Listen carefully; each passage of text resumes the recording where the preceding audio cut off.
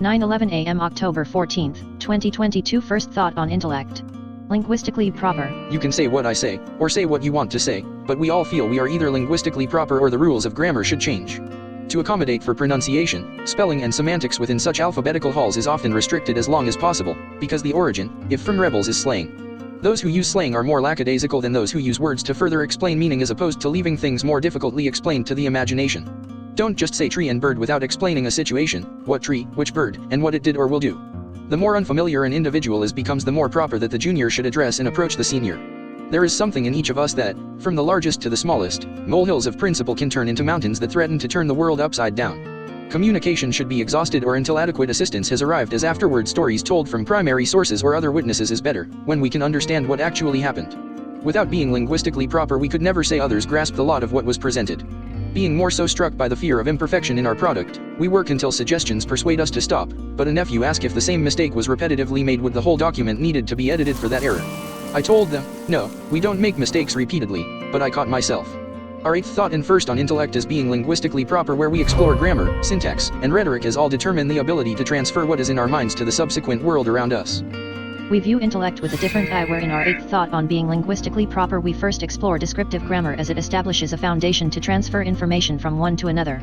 Transferring what is in our minds to those in the subsequent world around us begins with our knowing what we are trying to explain. Does the descriptive grammar carry us safely through the story and back home faster? From basic sentences with subjects and predicates we expand the two or more complicated sentence structure, but in reality there are but the two that make a complete thought. We can't say, the bird's nest in the tree outside my chamber, because it is not a complete thought, but adding, was the ravens who was suddenly rapping at my chamber door. The semantics of sentences and subsequent literature must be mastered before we ever move on to our goal in poetry and lyricism. Seeing intellect different from appearance but similar, our eighth thought and being linguistically proper next covers compound complex syntax, as mature minds are also likewise experienced and on that level transfer information. Maturity comes from the knowledge of more and more simple ideas grasped in the mind, which can be explained in words which more closely represent the feeling. Does the feeling at least surely afford for compound complex concepts with a simple combination of two compound sentences in a complex sentence for 6 independent clauses? If A is almost equal to B, and C is not equal to D, then A is either equal to D or not equal to D. Symbolically we have, A B, C is not equal to D, A equals D, V, A is not equal to D, and though it isn't saying much that A is either equal or not equal to D, there may be other pertinent information necessary as relates to a story or idea. Syntax allows for the incorporation of several simple sentences into one complete thought where, whether a good thought or bad, it is right, if all its components are true. There is a difference between what we think, what comes from our mouths, and what we write on paper, but most are more familiar with speaking than writing. We often lose ourselves in conversation where syntax may not be identified, but in written communication syntax is more so readily checked where accuracy in it won't detract from the one delivering the message. When what is said or written is true, whether it is good or bad for the receiver of a sentence, we tend to gravitate toward truth more so than its opposite, which proper compound complex syntax ensures. Intellect is seen differently from appearance with the eighth thought on being linguistically proper. Lastly, considering relevant rhetoric as it connects what we are saying with what others had, and so a link with yesterday. As there is nothing new under the sun, some things wrote and said are worthy of repeating where when done, others who have heard the same better understand whatever concept or idea presented. Anyone can repeat sayings from yesterday, but without relevance what is said is more of an imitation of yesterday than an explanation of what the author quoted.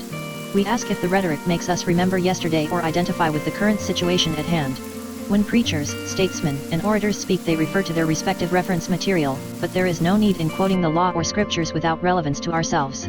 Sometimes we can't better explain what happened to us than by making reference to what we have read or heard before.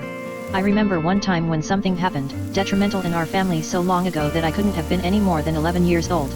I don't know what happened, but those older than me were saddened and those younger in complete ignorance.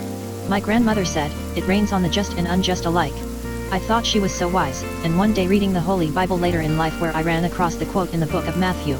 I felt cheated, but in a good way, as her effective art of speaking persuaded me then that everything would be alright in the future, and it was. The eighth thought on being linguistically proper determines our ability to translate what is in our minds through grammar, syntax, and rhetoric to the subsequent world around us.